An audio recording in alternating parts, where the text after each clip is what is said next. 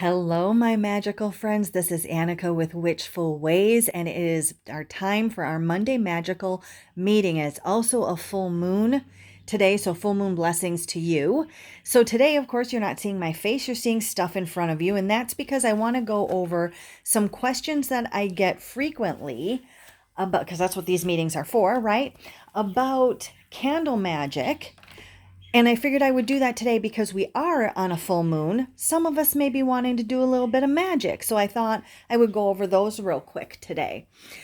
So full moon magic, first off, you're going to work the full moon phase, which is the day before the peak of the full moon, which was yesterday, the day of the peak of the full moon, which is today, and the day after the peak of the full moon, which is tomorrow. So that's the full moon phase, day before, day of, day after.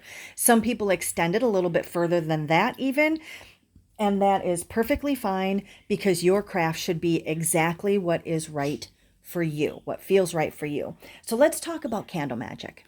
Candle magic to me is it is hands down, see my hands are down, it's hands down my favorite form of magic because it is intense, it is quick, it is inexpensive, and it's powerful. And the ingredients and the energy raised is really up to you and how you put it all together. Okay. So basic candle magic, we're doing things. Candle magic has been used for forever, right? So we're going to use just candles, herbs, and oil. Our herbs and oil are for dressing.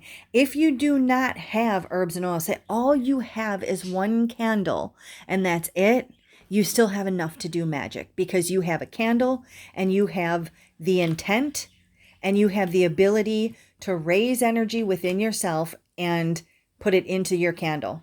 When you light it, what does that do? Sends it out into universal flow, right? It gets it out of your body, the physical state, puts it in, or the mental state, puts it into the candle in physical state. When you light it, it puts it back into astral, right? Back into universal flow. So if you have one candle, you have enough tools and ingredients to work magic. Okay. Let's take it a step further. Let's say we got a little bit more cash and we want to do our anointing of our candle, dressing of our candle. Okay, you may hear those two. So then we are going to step into how to dress a candle. But first off, let me back up just a minute because I have questions that are coming over and saying, does it matter what the color of the candle is? Does it matter what type of candle it is? And I can tell you this, when it comes to candles, crystals, herbs, oils, anything else that you would ever use in your craft is yours. So what resonates with you on an emotional level, what says to you, yes, this candle right here is going to work perfectly for me for a money spell, then that's the candle that you use.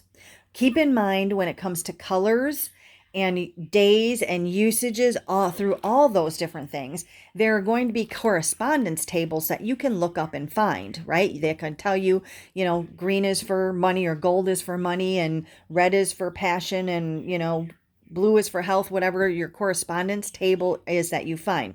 You'll notice they don't always match up. They'll change from tradition to tradition. If you are following a tradition, like a Wiccan or something like that, you may have different ones as compared to. And here's the thing is, somebody wrote that original, right? Somebody wrote that. And they wrote it because that's what they used. And why did they use that? Because that's what resonated with them. So it's perfect for them and it may work for you, but your creation from idea, concept, working through the physical action is what brings the magic about. Your intention plus action equals magic. We all know that, right? Okay, so you can use specific colors, but use colors that mean what they mean to you. Does that make sense? Use colors that you go, yep, this is a color that makes me think of that, right? Does green make you think of money? Okay, maybe yellow makes you think of money instead, or maybe orange does. So whatever it is. Keep in mind though that white, you can always use white to substitute in any color. So there are plenty of witches that have only ever used white candles. And that's great. As for the type of candle, you can use all different types of candles. You can use a candle from a dollar store that is just as dang magical as a $350 candle with gold flakes in it or something like that. Now, I can say that as I have offered on the website, we have intention candles. Here's what's different with those. Intention candles are pre-made candles that already have energy intention and ingredients already created within them by a practitioner.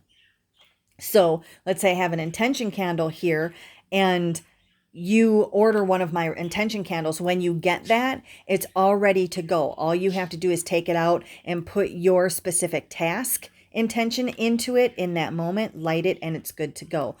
If it's a money intention candle, all the ingredients that were used were to support the intention of bringing financial abundance to you, right? As well as any rituals that men have gone through to imbue it further with Reiki or crystal energy or whatever it may be. So that's the difference with a pre-made intention candle. But again, you're in a fix and you go, you know what? I want to do this spell and I don't have time to wait for one to come or whatever. So let's get down to dressing your candle.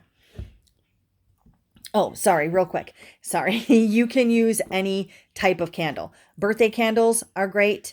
Chime candles, votives, tea lights, jar candles like this in the glass are excellent for multi-day spells if you're doing those. So it really depends. Your candle choice is going to depend on your intent and the time that you're going to cast your spell, the action of your spell, and the full length of your spell.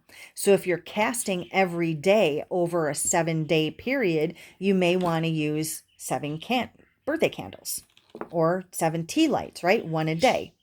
Or you may want to use a glass candle that you can mark off and go, okay, or a taper candle that you mark off and go, okay, I'm burning it down this much and divide it equally, right? They have 7 knob candles. If you feel a specific candle is going to work best, or, oh my gosh, if I don't have a gold candle, my money spell is not going to work, then you need to get the gold candle. Okay. So let's say we're going to cast a spell and we have our candle. I'm going to use this chime candle. So let's talk about dressing your candle. That's what one of the main questions was. So to dress your candle, what that means is that you are going to place an oil onto the candle. And then sometimes that's enough. That's anointed, right? When you put oil onto something, that's anointing it. And then you're going to add your herb or spice blend or whatever it is that you're adding onto the candle itself. Now, this is normally done in a very intentive state, for lack of better terms, right? Like candle magic is all about the intent. It's all about the energy that you raise within yourself that then is put into the candle and then lit and put into universal flow, right? That's what candle magic is. So this process would take more time than what I'm doing here. I'm just showing you the moves. You would have to actually put the intent and the action into it when you're doing it. So sometimes, and originally you would carve names or numbers or symbols or anything you'd like into the candle itself. This would all be done while you were thinking about the outcome, the desired outcome, your intent of your spell cast. So then when you go to light your candle, what do you do with an oil? Well, there are different blends. Again, I have blends in the shop that on the website that you can get for different intention, but you don't have to. This is one of my blends that I'm going to use and show you how to use that. But as long as you have oil in your kitchen, you have an oil to anoint your candle with. Doesn't matter what the base is. It doesn't matter what kind of oil it is, right? This is all about intent. This is all about you putting the intention into the tool. Okay. This doesn't hold any magic in it whatsoever. Until you put the magic into it. Or in this case, I put the magic into it and then you can use it. But okay, so this one I'm going to show you is one of ours that has the roller ball on it. Then what I do is take my hand and I'm going to roll it onto my fingers. And you can see there's oil on my fingers there, right? It smells divine. Then I'm going to take my candle, no matter what this candle is, this type, so if it's taper, birthday, whatever, and I'm going to get that oil onto the candle. I'm thinking of my intent as I'm doing it. Now, some people say if you're trying to repel something, send it away from you, you go this way. If you're trying to bring something in, you go this way. I can tell you that I follow none of that. I do what feels right to me, and this is usually how that works out. Okay.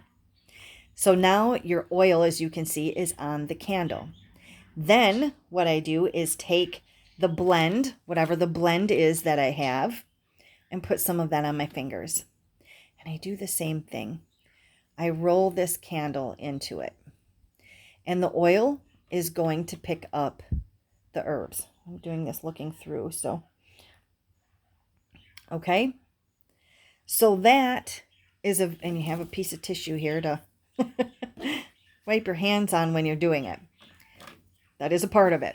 Okay, so this is a ready to go candle. Once you've gotten to this point, you're ready then to take it into your ritual, whatever that may be, and go ahead and process through the rest of the process. Now, if you are using a votive, you can still do the outside as we just did, or you can do just the top if your votive needs to go into a holder, right? Because some of them will drip and some of them will liquefy, so it depends on. Birthday candles, you would do the same way that we just did this one.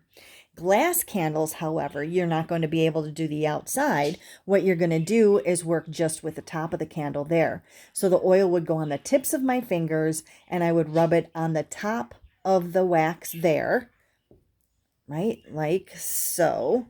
I would rub it through and then sprinkle my herb blend onto that. Okay.